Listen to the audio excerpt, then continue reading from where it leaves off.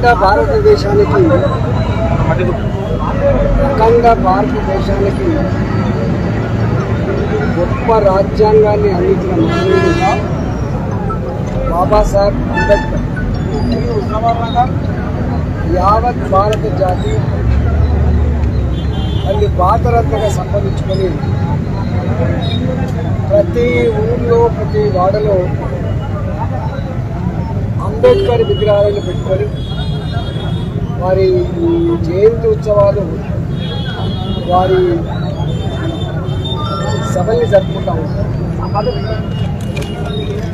అలాంటి మహనీయుడు అందించిన రాజ్యాంగం ఇవాళ కేసీఆర్ గారు రాష్ట్రాన్ని సాధించడానికి భారత రాజ్యాంగం ఎంత తోడ్పాటు అందించిందో వారే సాధించింది. ఒక రాష్ట్రంలో మైనారిటీ ఉన్న ప్రజలు మైనార్టీలో ఉన్న ప్రజానికాన్ని అంచవేసినప్పుడు హక్కులు హరించే ప్రయత్నం చేసినప్పుడు మైనార్టీలో ఉన్న ప్రజానికాన్ని మాకు స్వయం పాలన కావాలి, మా రాష్ట్రం మాకు కావాలని చెప్పి ఉద్యమాలు జరిగితే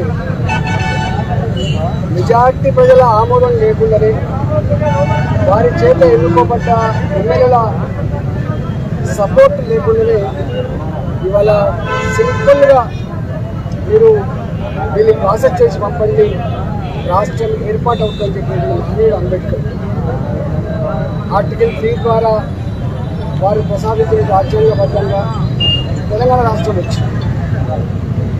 రాష్ట్రం వచ్చిన తర్వాత పోరాటం చేసినటువంటి నాయకుడిని, పోరాటం చేసినటువంటి పార్టీ అని చెప్పి ఇచ్చిన పార్టీని పక్కకు నెట్టి యావత్ తెలంగాణ ప్రజానికంగా కేసీఆర్ అధికారం కట్టబెట్టించారు.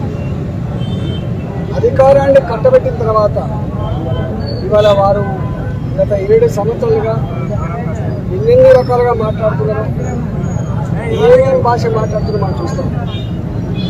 అంబేద్కర్ గారి రాజ్యాంగం ద్వారా సంక్రమించిన ముఖ్యమంత్రి పదవిలో కూర్చున్న కేసీఆర్ గారు ఆ చేరునే అవమానపరిచే పదవి, రాజ్యాంగాన్ని అవమానపరిచే పదవి.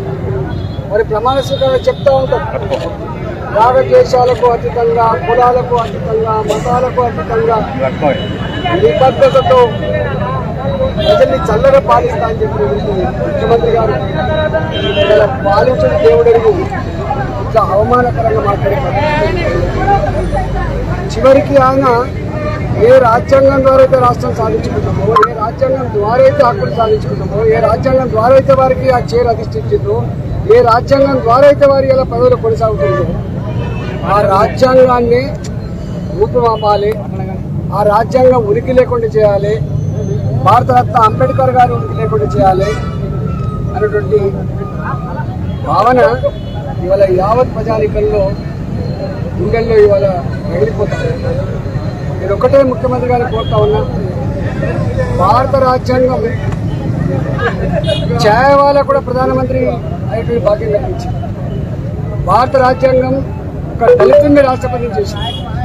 భారత రాజ్యాంగం ధర్మంగా ప్రజలకు సేవ చేసే భాగ్యం కలిగితే వారి ఎమ్మెల్యేగా ఎంపీగా గెలిచే ఆస్కారం. కానీ ముఖ్యమంత్రి గారు కేసీఆర్ గారు వచ్చిన తర్వాత ధర్మం లేదు, న్యాయం లేదు, ప్రజలు లేదు.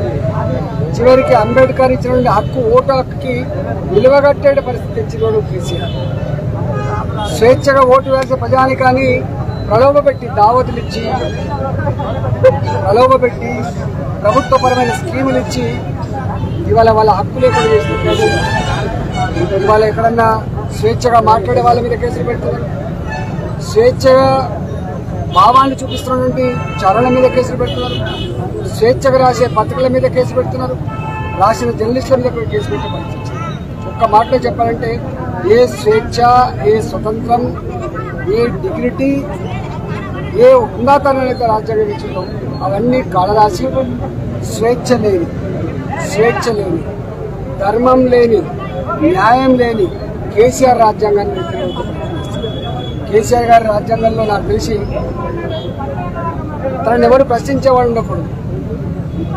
ఈ ఎమ్మెల్యే లేనిది, ఎంపీ లేనిది, కథంత ఏంది, నా ఒక్కరికే అధికారం ఇస్తే నేనే 100 సంవత్సరాలు ఉంటా కదా, నా తర్వాత నా కొడుకు పరిపాలిస్తాడు, నా తర్వాత నా మనుమలు పరిపాలిస్తాడు, ఆ తర్వాత నా కుటుంబాన్ని కూడా పరిపాలిస్తారు తప్ప ఇవాళ వీళ్ళు ఎందుకనే పద్ధతిలో భారత రాజ్యాంగాన్ని అపహాస్యం చేసింది. కాబట్టి ఈరోజు తెలంగాణ వ్యాప్తంగా అంబేద్కర్ గారికి పాలాభిషేకం చేస్తూ, అంబేద్కర్ గారికి దండలు వేస్తూ, అంబేద్కర్ ఆశయాలని కొనసాగిస్తామని చెప్పి ప్రతినపూరి చర్యలో భాగంగానే మన భారతీయ జనతా పార్టీ పక్షాన అంబేద్కర్ విగ్రహాలకి ఈ కార్యక్రమాన్ని నిర్వహిస్తామని ఇలా హుజరాబాద్లో మేము ఈ కార్యక్రమం నిర్వహిస్తాము.